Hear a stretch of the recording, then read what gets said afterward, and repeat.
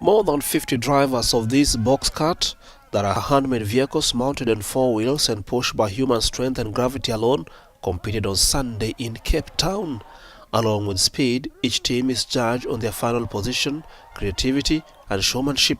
The creativity of the design and the staging at the time of the departure are largely taken into account in determining the winner. So the BF Goodrich cart is modeled on the Jurassic Park vehicle. We are here today to race and to bring awareness to the Kariga Save the Rhino Fund and the foundation that runs it. The principle to winning this race is simple. Arrive fast at the bottom of the hill and also by direct elimination. Well, we've built a think tank because we think there's a lot of violence in the world at the moment, and we don't think there's anything that shows peace more than painting a weapon in like a soft, happy color, and just showing that we want to spread love and we want to spread peace instead.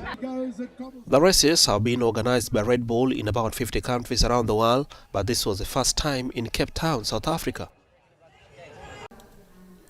Nearly 100 heads of state and government are meeting for 2 days in Sharm el-Sheikh, facing calls to deepen emission cuts and financially back developing countries already devastated by the effects of rising temperatures. A multitude of other crises, from Russia's war in Ukraine to soaring inflation and the lingering effects of the COVID-19 pandemic, has raised concerns that climate change will drop on the priority list of governments. Time is running out, and the end of the decisive decade is a few years away, and we must make use of it to resolve this battle in the way we want. It is time for action and implementation. There is no way to retreat or place for excuses, as missing the opportunity will waste the legacy for future generations of our children and grandchildren.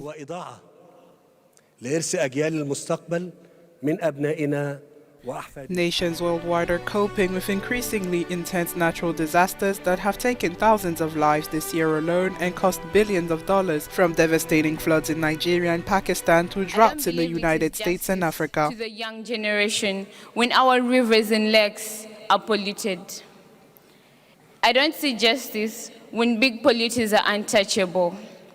Is it justice for the world leaders to choose profits over lives? But let the African COP be a different COP. Let the African COP listen to the biggest stakeholders. Let the African COP be an action COP. The COP27 is scheduled to continue until November 18th.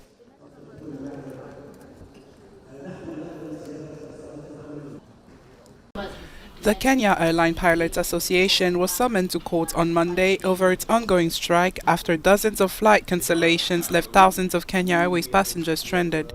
The union officials are summoned in court on November 8th for disobeying court orders against the strike that began on Saturday. Contrary to reports circulating that we have refused to negotiate, we'd like to clarify that we have made all attempts to bridge the gap between Kenya Airways management and ourselves. We have sent our proposals both to Kenya Airways and the concerned ministries on Friday, Saturday, and yesterday. This afternoon, we sent another proposal with even further concessions. The strike has heightened the woes faced by the national carrier, which has been running losses for years, despite the government pumping in millions of dollars to keep it afloat. Kenya Airways CEO continues to peddle the daily loss amounts of our airline incurs daily. Yet, our contractual pension provident fund costs the company only 60 million shillings a month for all 3,800 Kenya Airways staff. Yet, inexplicably, he is willing to let the company lose 300 million shillings a day. The protesting pilots, who make up 10% of the workforce, are pressing for a reinstatement of the contributions to a provident fund and payment of all salaries stopped during the COVID-19 pandemic. Hundreds of young Congolese volunteered to join the army to fight the M23 rebels, who are making increasing advances in eastern DRC. Army officials say applicants aged between 18 and 30 are registered across the province, in part as a response to a message to the nation by President Felix Tshisekedi, calling on young people to enlist in the army to fight the rebels. Every day, you must remember your first love, the love you have for your country, and betrayal will not find a place in your thoughts. Do you hear? This love must motivate you to defend the country and even spill your own blood.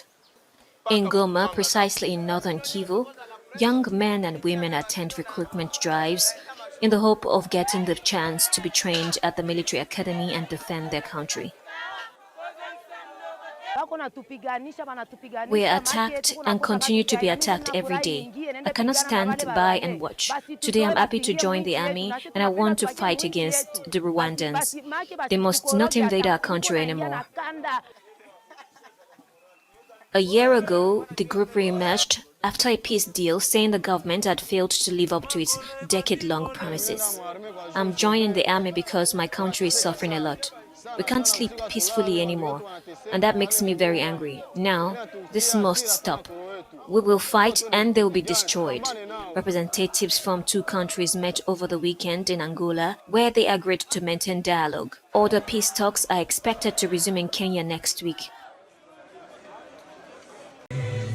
A special mass funeral for the 19 victims of Sunday's plane crash in Lake Victoria was held Monday in Tanzania. The services were attended by Prime Minister Kassim Majaliwa, who confirmed that 26 people were rescued after the precision air flight from the coastal city of Salaam plunged into the water. Information on rescue efforts show that the number of people who have been rescued stands at 26. This includes 22 passengers, 2 flight attendants, and 2 people who later lost their lives. The total number of people who have lost their lives is 19. They include 17 passengers and 2 pilots.